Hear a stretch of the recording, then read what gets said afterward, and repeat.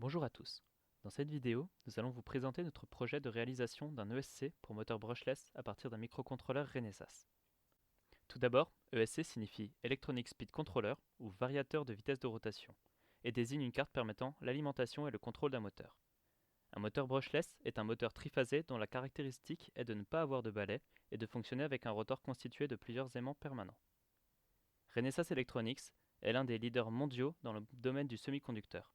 Ils sortent en 2016 la gamme Synergy, gamme de microcontrôleurs ayant pour intérêt la facilité d'usage et la fourniture à la fois d'une plateforme matérielle et de ressources logicielles comme des programmes exemples de plusieurs applications. Notre objectif est ainsi de réaliser un ESC à partir du microcontrôleur S5D9 de cette gamme Synergy, ainsi que les programmes associés pour que Renesas puisse l'utiliser comme démonstration du potentiel de leurs produits. La CAO a donc été une part majeure de ce projet. Pour commencer par le hardware, il a fallu dans un premier temps se renseigner et réaliser le schéma électrique de la carte prenant en compte partie commande comportant le microcontrôleur, une partie puissance avec les MOSFET et les drivers adaptés, une partie capteur et une partie connecteur. Une fois le schéma électrique corrigé et validé, le routage peut commencer.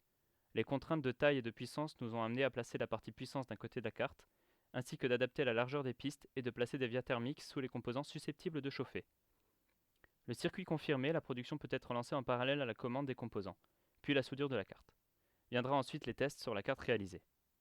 Par la suite, la partie software va de la programmation des communications à la commande du moteur. Pour les communications, les programmes ont été réalisés sur le logiciel E2 Studio et comprend donc une partie configuration et une partie code. Ici, vous pouvez voir le programme pour l'interface UART. Le principe est le même pour le bus I2C, avec le montage réalisé et les trames observées, le bus CAN, et finalement le protocole USB-CDC-ACM. Ce dernier aura aussi servi dans un programme permettant la modification en temps réel de la fréquence d'une PWM par l'utilisateur. Pour commander le moteur, il faut générer des sinus, ou du moins les simuler avec des PWM dont le rapport cyclique variera de manière à ce que sa valeur moyenne approche un sinus. Chaque PWM correspond à une partie positive ou négative d'un sinus. Il en faut donc 6 réalisés à l'aide de 3 timers configurés en mode PWM. En affectant une valeur précise au rapport cyclique à chaque incrémentation du timer, nous pouvons le faire varier de manière à simuler un sinus. Ici, vous pouvez voir les parties positives des 3 différentes phases.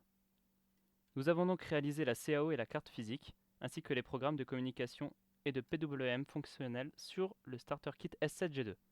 Les livrables sont donc la carte et les fichiers CAO, le chiffrage de cette carte et les programmes réalisés.